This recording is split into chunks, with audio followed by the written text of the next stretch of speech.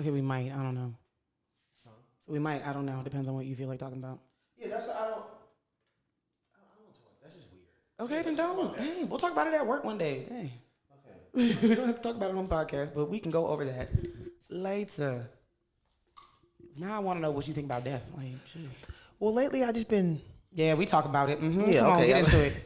Let's get into it. I feel like I've been super aware of death lately, in the sense of like, I've been having kind of this sense of urgency to, even with this podcast, to just kind of do more. You know what I'm saying? To make sure, like, before I go to sleep, I'm like, all right, I could edit the video and put it out so that I leave a mark. You know what I'm saying? Like I look up at that Hey, man Brandon. Einstein. Welcome to your like midlife crisis. Yeah, Welcome to a small existential crisis. that's how it feels. I'm If you're like, 31. oh God, I'm gonna die at some point in time, and I'm 31 years old, and I feel like either you feel like you've accomplished very little, or you feel like you've accomplished nothing. So now you're like, I'm gonna die at some point in time. I got to do something with my fucking life. Yeah, It's a small existential crisis. You're not so much concerned about death as you are like what kind of legacy you're gonna leave behind. okay. Because as soon as that came out your mouth, like I feel a sense of urgency, existential crisis. Okay, yes. Maybe okay. Maybe it has nothing to do with death. Okay, cool. Yeah. Welcome to your 30s. Yeah, because I'll be 32 in May. That's And I'll be 33 in June, buddy, right behind you. wait, you're 30. You I mean 34. Dang. I will take back that. Yeah, I'll take it back. Damn. So you already and I think about how many Einsteins no one ever knew about, just because of maybe lack of exposure, maybe lack of opportunity, maybe early death. And I just think that I think my biggest fear in life isn't death. I think my biggest fear in life is regret, and not kind of, I think that's, yeah. Yeah. Welcome to your 30s. That's actually something that's like almost like a constant struggle and a constant battle for me.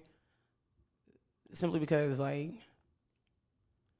so my family, for instance, my dad is an only child. My mom has a sister. So there's very few extended family in my family. My younger brother passed away at a young age, 2016, he was 23. And my older brother, I don't really foresee him having kids just because he's not a kid person. So in order for my family, my direct bloodline to continue, I got to have a kid. And that is the thing that my brain has been thinking about constantly and consistently. Really? Is that like you're worried about what kind of impact you're going to have on the world, and if anyone's going to ultimately realize that you are this ridiculously intelligent human being, and you like one way or another like go down in history as this like ridiculously intelligent human being. And my brain is currently mostly concerned about, oh man, when we die, like that's it. Like there's no more of my bloodline. Damn. Yeah. That's a different level of thought. So how do you feel about that? I am honestly leaning a little bit more towards being defined. Honestly, that go to fucking expensive trips and come back and be like, I got all my little babies from my friends and stuff, gifts and things. Like having a kid is such a selfless act. And Yes. I'm still a little too selfish to do that. I like being able to wake up and just go.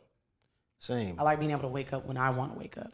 Not because the kid woke up at 3 a.m. because his pamper wet, and now I got to change the pamper. And I try to put him back down, and now the baby hungry, so now I got to feed the baby. And then they got to wake back up at 8 o'clock because now they're just up. Yeah. Like I've got like a good like 10 nieces and nephews from like friends. And the way that their lives are just kind of purely run by this kid. That sounds so bad, but their lives are kind of purely run by their kids. And Right. I feel like a lot of people don't take that into consideration before having kids. And a lot of the times it's not like, it's like, oh, well, you know, we did the okie doke and this what happened. So I'm gonna take responsibility for it.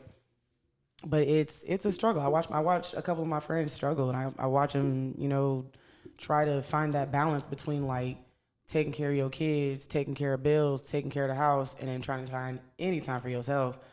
And it's a process. It's a lot, and I don't know if I want to do that because I have other dreams and goals and aspirations for my life, Right. and I would kind of have to take a lot of my life that I'm already working on and just put it to the side to focus on this one small being that needs me to survive Yes. for a prolonged period of time. And depending on how I raise that kid is how long it's going to need me, crucially, That's a in its valid- life. That's a valid point. Yeah. Damn. Yeah. Yeah. I feel that 100%. Like, Yeah. yeah. Selfish is the word, because that's once you have a child, you're no longer the most important person in your life. Nah, Probably that- for the that rest of kid your is. life. Yeah. Yeah, probably for the most part for the rest of your life. Yeah. Unless you raise your kid to be like entirely self-sufficient. And I'm so sorry. In this day and age, I feel like it's a little hard to do that simply because like everything's digital.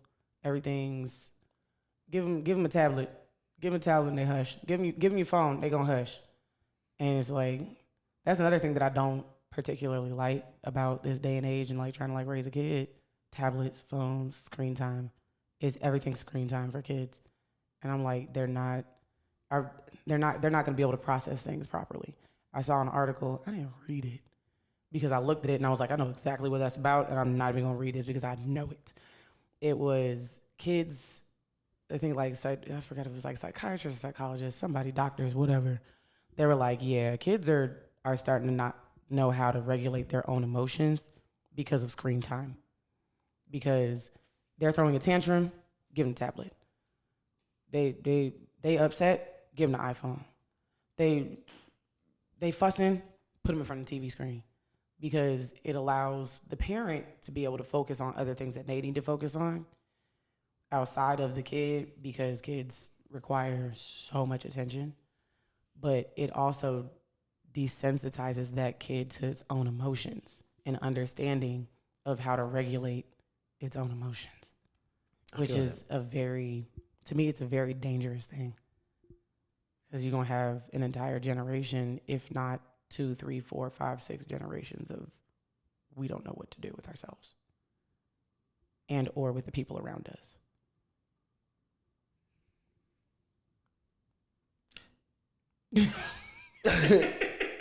So okay, so off of that, does that make you to go back to the whole you continue your family legacy? Does that aspect of now raising children and stuff, do you think that stains kind of the thought of you maybe wanting to have a child one day, or okay? Because I'm definitely in that of like, I don't know if I want to do that. I'm already 33. I'm about to be 34. Our female women's There's a clock. reproductive health starts to take a turn in the upcoming years. Men And too, yeah. But women, I mean women, yeah. It's our biological clock is shorter than yours, yeah. because you know it's granddaddies out there having kids still. This is It's great granddaddies out there still having kids right now. And be like, yeah, and this young sweet thing. I ain't even think about it. that is yeah. There are different clocks, yeah. There's different clocks. But I'm concerned about that, because not that I would be like, oh my God, my kid has like whatever, if they end up with like Down syndrome or like autism or whatever else comes with, you know, reproductive health taking a turn, and then your kid ends up with certain things. I don't even know what to call them because my brain gets kind of short right there. But it's not that like I'd be like, oh my God, I don't want it because like it has whatever issues it has. I'm not that person. my kid gonna pop out. However, my kid gonna pop out. That's my kid, and I'm gonna love it. But I wouldn't want to put that. I wouldn't want to take that chance of knowing that this tiny being is gonna have to grow up to deal with these things for the rest of their life because I still wanted to have a kid. Because then that feels like I'm being selfish against this tiny human that hasn't even come into the world yet. I feel like I'm just kind of like, I don't know, ruining its chances. I feel like that's really extreme, but I feel like I'm almost dictating like its life for it before it even gets a chance to have any kind of life. Does that make sense? Yeah, no, I feel you. Yeah, it's of course it's for us, two people without kids. Of course, we don't know like what it's like to have kids, but that like what you were just saying, I think those are some of my thoughts sometimes, because that year of teaching, and that was 8 years ago, but that year of teaching just let me the way you talk about teaching these kids, I know they was good. It was just like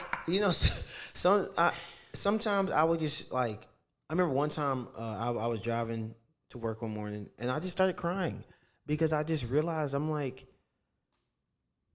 my actions, my words for this whole school year are they're gonna have an impact on everyone. In some in small ways and some in big ways. An example, two of my students who were considered bad, quote unquote, we still talk to this day, which is so interesting. You know what I'm saying? Because that's just how it goes. The kids who are labeled bad are usually not bad. But anyway, the point of the story is like, they're misunderstood 9 times out of 10, and people are like, "Well, you didn't listen that one time, so you a bad kid." And yeah, it's like, exactly. I just didn't want to listen to what you had to say, but I was listening to everything else, bro. Yeah, but what you said, they're listening to everything else, literally.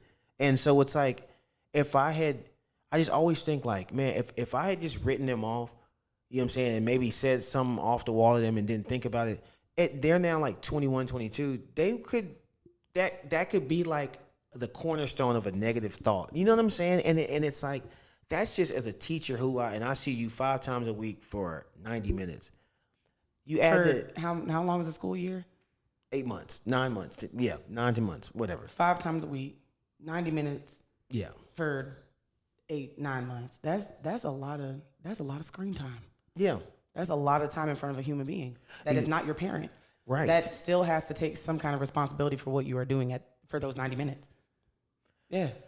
It's a lot. It was a lot. And so when I think about being a parent, being responsible for the root, the foundation of someone's being, yeah, it's like you said, it's a selfless act. And right now, I don't know that I want to be selfless because I always think about like celebrities or like Albert Einstein or people who changed the world. In some cases, I feel like those are the people that they probably have a lot of friends who are married and have kids and things, and they're just the one that chose the life of. I think of Michael B. Jordan. Somebody like him. It's like, I feel like there has to be a Michael B. Jordan who's single and going after his career. You know what I'm saying? There has to be one of him for everyone else who has children and shit, because someone has to take the selfish route almost. I hate to say it. And I'll be looking at myself like that, and I look at my friends and things, because now that we're in our 30s, damn it, all our friends have kids. And when I tell you like all my friends got kids, like all my friends got kids. Yeah, or married or both. I have 2 friends that don't have kids. And that's out of, I think, like, if I give you like 5 people, 2 of them don't have kids. Yeah. Yeah. Yeah. Yeah. And it's yeah, no, seriously. If I give you 5 people, 2 of them don't have kids. And I think I'm ready for that. And I'm just I'm ready to continue to be the kid without friends. I'm ready to be the fine auntie that bring back nice presents. The rich fine auntie, man. I will stay the rich fine auntie. Like, kids are a lot, and I've always been the person to be like, I want a kid. I want a kid. I want a kid. I want a kid. I want a kid. I want a kid. I want a kid. I want a kid. I want a kid. I want a little carbon copy of me. It'll be so great if I have a little girl and I'll name her this and I'll learn how to do hair and it'll be great and they'll be adorable and I'll raise them to be amazing. I don't know if I want all that no more. Like, just within this year, I'm like, that's a lot. Would you ever adopt? Still a lot. I mean, still raising a kid. Yeah, I would adopt, but I honestly would have to be like at a certain age, like a certain place, like in my career or something. And honestly, I'd probably adopt like a middle schooler, like a high schooler or something. Well, question. Just personally, since there's a debate of the lineage, if you were gonna adopt, would you just prefer to do a surrogate? Not a surrogate. What do you call it? No, it'd be a surrogate. Yeah, okay. It'd be a surrogate because I'm telling you, there's a lot I gotta learn. because I'm looking at like once I hit 40, the dream is over. Oh, well, I mean, I mean, I'm getting up to 35 and like I'm thinking like, okay, the dream is over. Maybe I should like freeze an egg somewhere, and then maybe have a surrogate later, and then have a kid that way. Like, wait, that's how it happened. Wait, hold up. what? Wait, when you have a surrogate, they're having your child. Sir, in the crudest way I can think of saying this, yes, I am paying someone to carry my baby and then taking it from them when it's born. It wouldn't be. Wait, I am paying a person to harbor my parasite until it is born, fully formed, in whatever way, and taking it from them for money. Adoption is nothing but purchasing kids. wait. Well, I get that, but It's the same way, but I'm paying someone to harbor this and to. Yes. But it would have your DNA. Yes. My DNA and a donor. And that can happen in someone. Yes. What planet am I on? You are on planet Earth, sir. Welcome to it. You didn't know this how surrogacy works? I just kind. It's one of them things. I just kind of. You just kind of like, oh yeah, no surrogacy. Yeah, it's almost just like driving by the same It's like convenience store you've been going by for years. It's kind It's of like going past the QT that's on the corner. You're like, yeah, it's QT on the corner. Yeah, and then but you never been in the QT. But you never look up. You never realize there's a BP across the corner as well. And you're like, Yeah, now if I just walk in the QT, I'm like, I always wait, go to QT. I just y'all got wait. food in here? Y'all got food? What? Y'all selling burritos? Y'all start selling burritos? And pretzels. Yeah. Yes. Yes, that is how surrogacy works. You technically you set up arrangements with another woman that is either because a lot of the time it's whichever woman wants to have the kid, either they don't want to carry for whatever reason and they literally just don't want to, or they can't. So then they find another woman who is, more childbearing and is capable of having kids and is perfectly fine having a kid. There is a transaction, a monetary transaction of some sort. You take an egg, you fertilize it, whether it is the couple or it's like the man and the woman, and they fertilize it with their egg and their sperm and, put it in that lady and it grows. And they have a whole baby. The lady has a baby for those two people. Or, in my case, I would have a donor because currently I'm not dating any man. I'm dating a woman, and we can't make a baby because science. But it would be ultimately I pick a donor, fertilize this egg with said donor, put it in a lady, pay her nicely, treat her nicely as well, make sure she's all kind of healthy and good and stuff. And whenever the baby arrives, I get the baby. That's what Gabrielle Union did. Gabrielle Union did not have her daughter for I don't know what reason specifically. I think it was more difficult for her to have a kid, I think. For whatever reason. I don't know the reasoning behind it, like specifically, like she had this, that, the third, and the other, but I think it was difficult for her to have kids. So they got a surrogate. But that baby is Gabrielle Union and Dwayne Wade. But Gabrielle did not carry baby. Dude, I knew nothing of this. How? Okay. Look, I need you to do research on things and people and stuff. Well, that's why I have y'all over so I can ask questions. Yep. Hey, welcome to the Question Factory. This is so much to think about. You gonna be thinking about this for the rest of the night at work.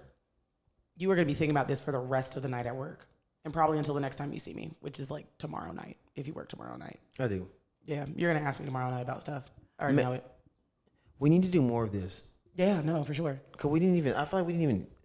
Yeah, because that thing says 20 minutes, and I'm like, when do we get to 20 minutes? We've been That's talking what for I'm 2 saying. seconds. And this is our third 20 minutes. Yeah. You know what time it is?